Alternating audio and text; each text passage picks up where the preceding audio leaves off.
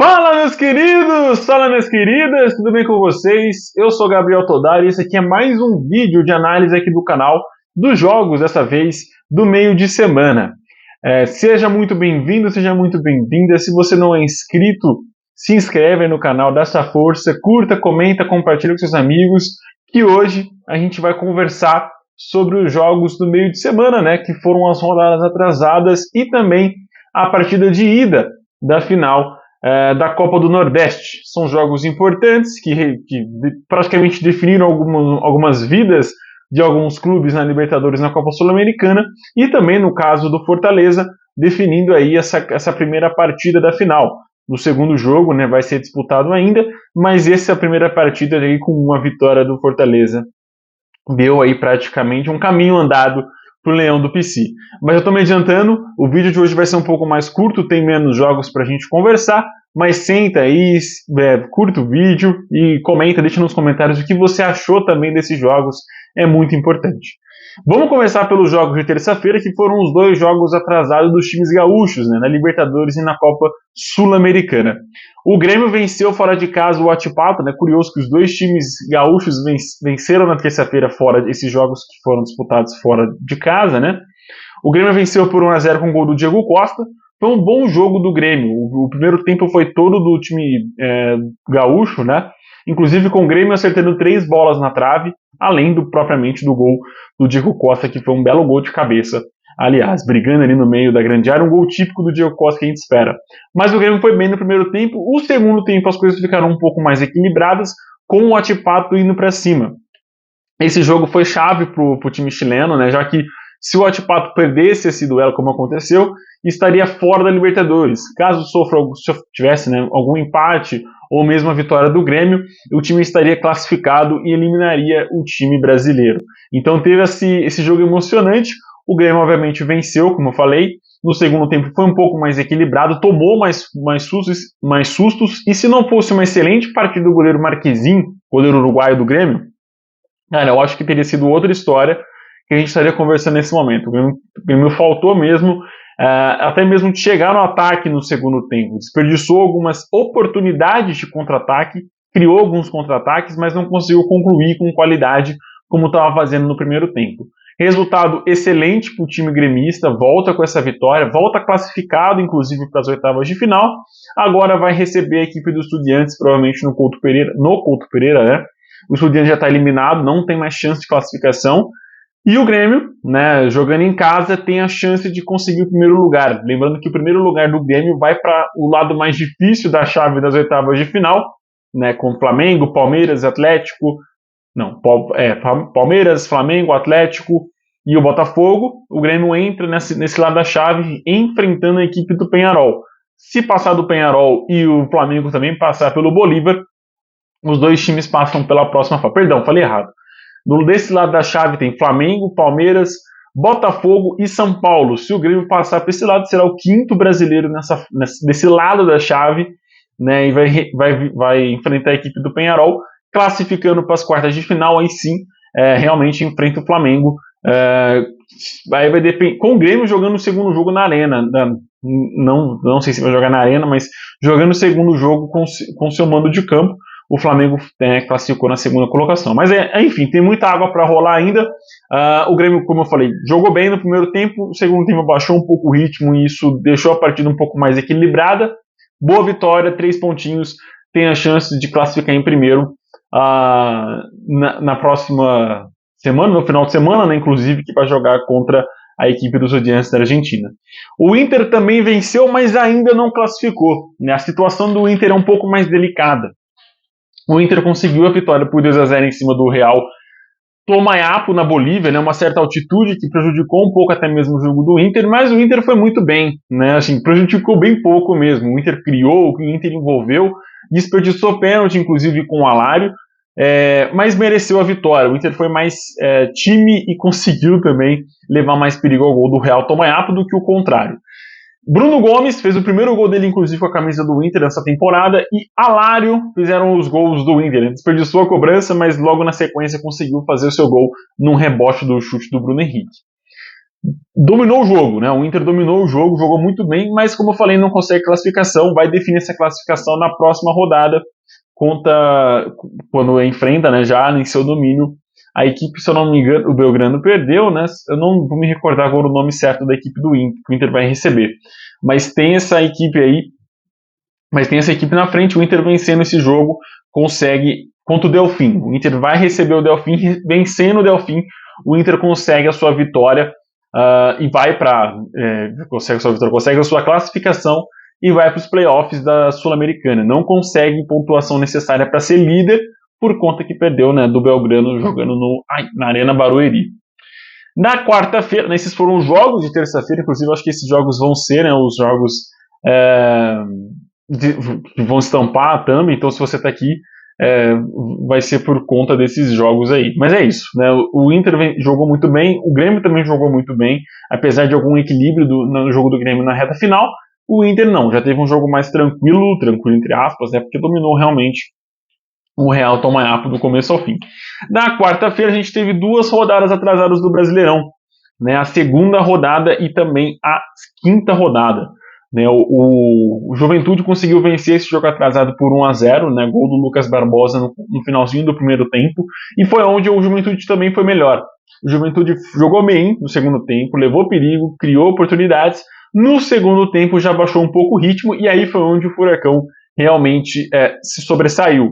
Inclusive, nesse jogo, o Atlético teve mais de 20 finalizações no jogo, mas faltou pontaria, né? A gente já está vendo isso no Atlético já há um bom tempo. O Atlético cria, às vezes, né? Consegue criar bastante em determinados jogos, mas não consegue ter uma taxa de conversão muito alta. A taxa de conversão é aproveitamento, né? Conseguir fazer os gols nas chances que cria.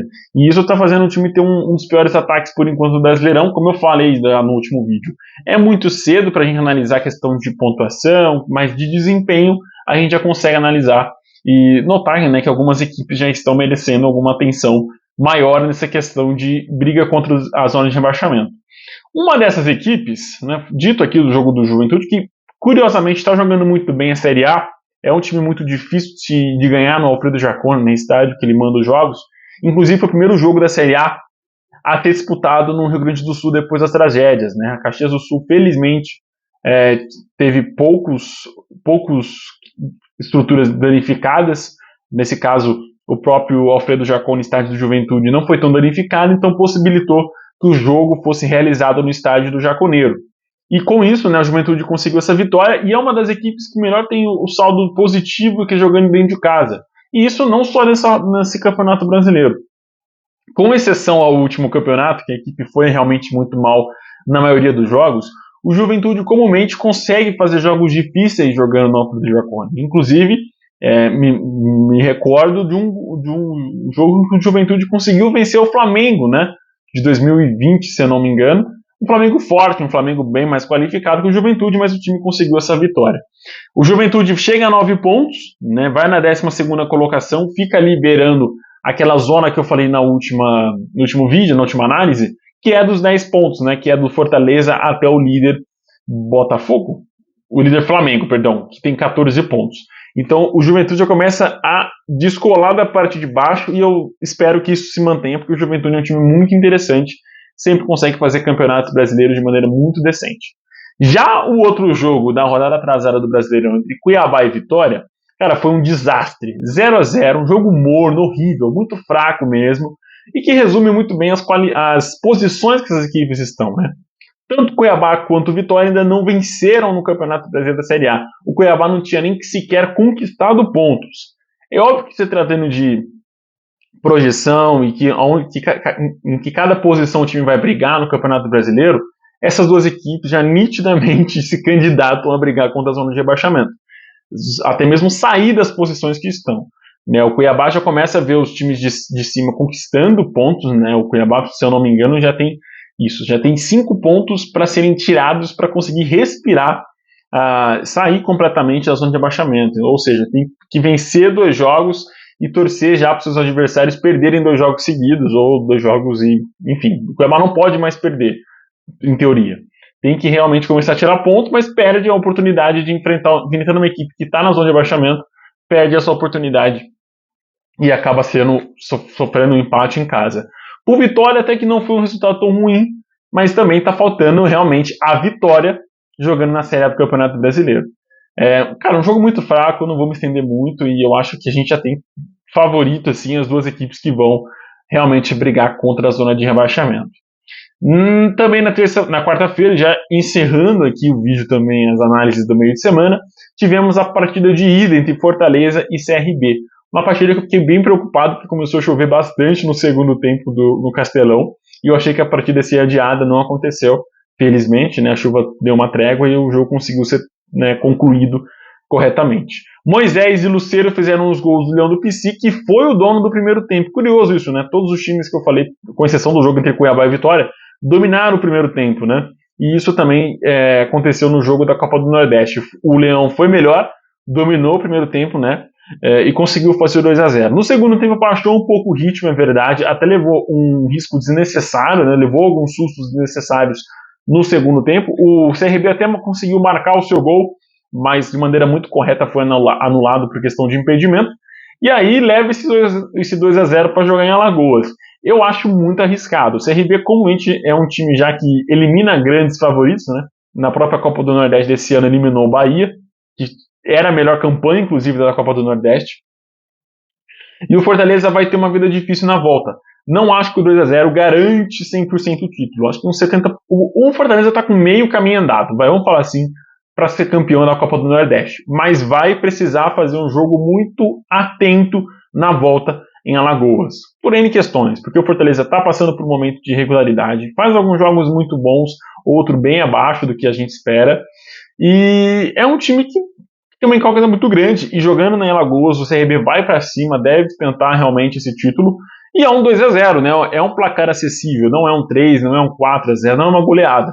Um 2-0 é muito fácil, não é muito fácil, mas é mais fácil de se virar do que uma goleada, do que, né, o CRB poderia ter sofrido. Inclusive, se não fosse o goleiro do CRB, o Fortaleza estaria com mais vantagem, tá? Ele fez boas defesas tanto no primeiro quanto no segundo tempo, e isso deu, né, essa vantagem para o Fortaleza conseguir segurar esse empate jogando em Alagoas. Se permanecer empatado, o Fortaleza é campeão da Copa do Nordeste. Se o CRB ganhar por menos de 2 gols, aí o Fortaleza também é campeão da Copa do Nordeste. Se o CRB ganhar por 2 gols, penalidades. Se o CRB ganhar por mais de 2 gols, 3 gols, 4 gols, aí o CRB se torna campeão da Copa do Nordeste. Eu acho difícil essa virada com mais gols. Eu acho que consegue sim talvez ser campeão nos pênaltis.